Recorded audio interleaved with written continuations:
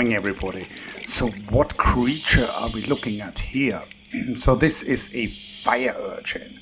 It's a sea urchin and an echinoderm, of course, and it's a particularly venomous one. So I've only been stung once by these, where I inadvertently touched one with my elbow when taking a photograph of something else, and it stung like an electric shock and not like a mild electric shock. So these were probably only a few spines. So this animal here lives in the Philippines on Negros Island, where I live and dive, and it's about 20 meters deep in the sand. So how can it live without cover, without camouflage, because it's so venomous? So, some people think sharks are dangerous, but these are actually dangerous. So when I filmed this, I got really close to it. So you see all these spines sticking out, and in between these dangerous spines is a cardinalfish, and this cardinalfish is Siphamia majimai, sometimes also called the striped siphonfish, and these are commensals with these sea urchins. So what's happening here is that they spend pretty much their whole life in the vicinity of these dangerous spines, so they as well are safe from predators. Amazing little fish. There were, I believe, 4 of them on that one urchin, which I filmed that day. And you can see that, the fish obviously realizes that I'm coming close to it with my camera and with my video light, and it's just staying very snug to these spines, which it's very good at avoiding. But, should I make any effort to grab it, or should a predatory fish make an effort to grab it with its mouth, they would be hit with these really nasty spines. So an excellent strategy.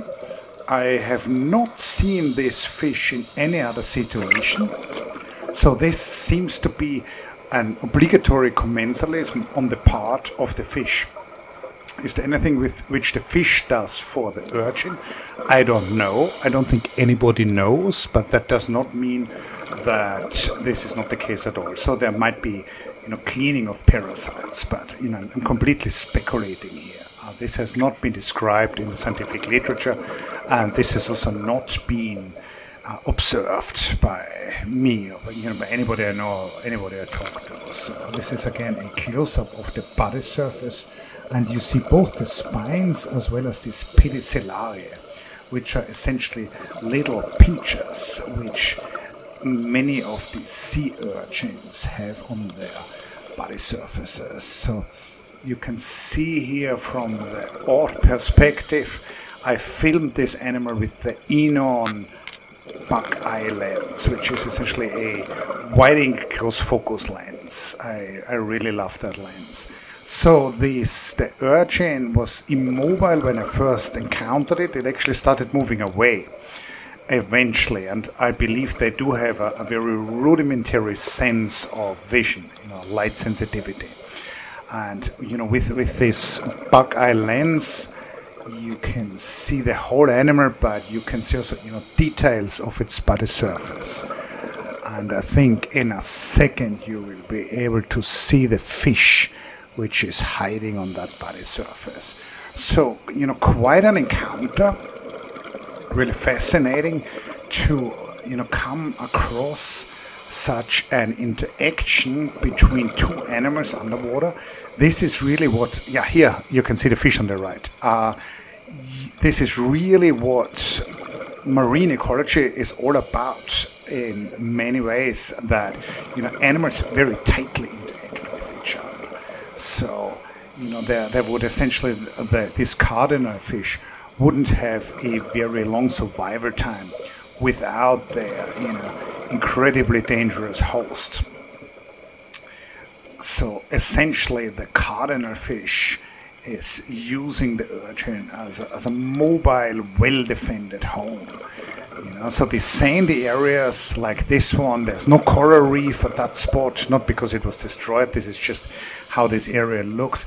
but even the sandy areas in the tropics underwater are often absolutely fascinating. Now, it turns out that this cardinal fish, and this is described in a paper by Gould, Fritts-Penniman, and Gaisiner, these cardinal fish have another really interesting property, and that is that they are bioluminescent, meaning they shine light. So this is the list of cardinal fish which the authors collected, and they actually didn't collect them in the ocean. They collected them indirectly, you know, by going to museums. So this is how these fish look when they're in a cupboard in a museum. And what they did then, they took out of these bioluminescent organs.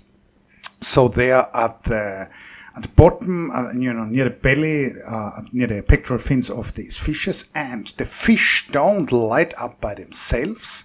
Rather, they light up because of bacteria. So here you can see a family tree, a phylogenetic tree of these fish, and you know it's in dark green the majimai, the species which I observed. So, you know, this just shows that, you know, there's a variety of these cardinal fish which are found in the Indo-Pacific tropics and subtropics, up to the southern tip of Japan. These samples are from, and each of these have these luminance organs with these bioluminescent bacteria, which as larvae they take up from the water, and this is the family tree of these bacteria. So it's these belong to the class of the Vibrio bacteria, so they're called foot bacteria, and it's one particular species, Photobacterium amanda-parmensis, clade 2. And that is essentially all of these fish have in their light organs. So it's only one very constrained type of bacterium, which is actually rather surprising, because they take up this bacteria from the environment, and nevertheless they very specifically select one particular type of bacterium. So fascinating fish. They can light up, and on top of that, they are, you know, at home in this very venomous sea urchins. I hope you enjoyed that, and see you again next week. Okay, I have a couple of very exciting announcements, so you should listen to this. First of all, my new book, it's called The Lives of Gobies, has been out now for a few weeks. If you like my underwater videos, you'll probably like my underwater photography, and there's a lot of that in this book, and a lot of, I think, really interesting information about these fascinating small fishes. So you can order it at the Asia Geographic webpage. The link is below. Now, we are also, and we being my friend and colleague James Reimer and me, we are planning a new book, and it's called Oceans of the Future. Now, this is about the trajectory our planet's oceans are taking with the current unfortunate level of human intervention in the health of these ocean ecosystems. So with all these environmental problems, how will oceans look in 500 years? How will they look in 10,000 years? I think it's a fascinating topic which we want to address for a interested lay audience. And if you are a publisher who wants to take on our book, please contact us. And yes, finally, like and subscribe if you really want to help out the channel and see more underwater videos. I also put my PayPal there. I hope you enjoyed this video today, and I'm actually heading out to just another dive in the Philippines. So see you soon.